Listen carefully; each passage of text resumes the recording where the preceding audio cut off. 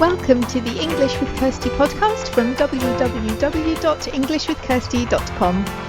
Here I'll be sharing with you tips, information and other learning resources so that you can improve your business English.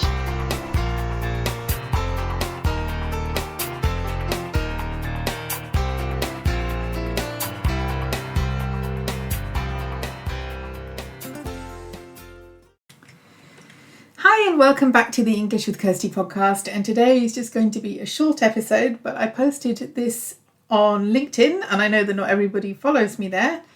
If you want more English content, you should, because it's now my platform of choice for where I post content. But anyway, I posted this on LinkedIn and I thought it might be a good discussion or a good question to ask here on the podcast as well. So, story time. A couple of weeks ago, I went into London and I met up with a Romanian friend and we had lunch, we went for a walk, we did normal things that friends do, but we spoke Romanian, and for me that was the first time I'd really used the language in a social setting for a time that was more than a few.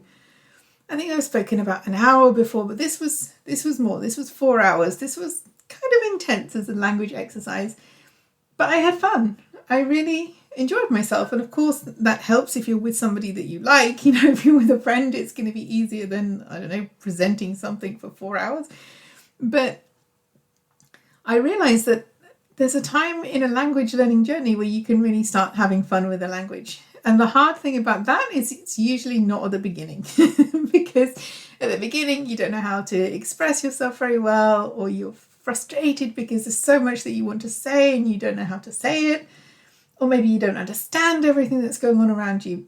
Some people start to have fun with the language a lot earlier than others, and I envy those people.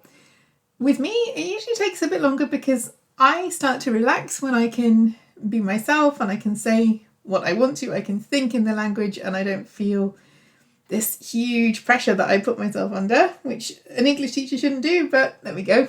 I'm honest about speaking. So my question is, what would it take for you to really kind of feel that you've made progress with the language, or that what would you like to be able to do that you would really enjoy that you can't quite do at the moment? Because that's a way to set yourself a goal. And for me, I guess that's always my goal with new languages, not so much like to meet a specific friend in a specific place to do a specific activity, but just to be able to use the language without this fear of speaking that sometimes holds me back at the beginning of learning a new language. And the reason I talk about this is because I eventually get there.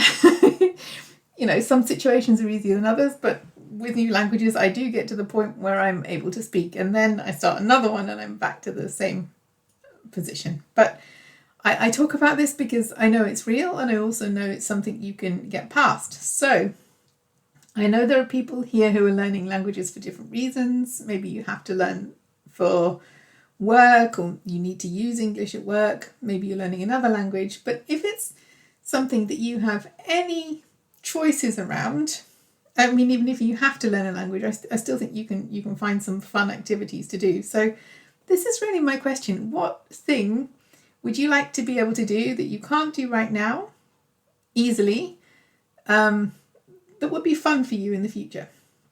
And then work towards that. So set yourself a goal, not just something you need to do, but something you want to do. And if it's around speaking, I have lots of resources around speaking other languages and overcoming fear of speaking other languages and becoming more confident about speaking other languages. So that's one of my topics that I tend to talk about quite a lot. So send me a message if that's something you also struggle with, and maybe I've got some tips that can help. And this is just like a short reminder that learning languages can be fun and should be fun, otherwise people tend to give up. So what's the thing that you can do that you will enjoy? Think about it and share it if you want to. podcast@englishwithkirsty.com. But if not, do it for yourself. Do something good. Something maybe connected to one of your hobbies, to travel, to books, to music. What can you do for yourself either now or something to work to in the future that will make language learning fun. Have a think about it.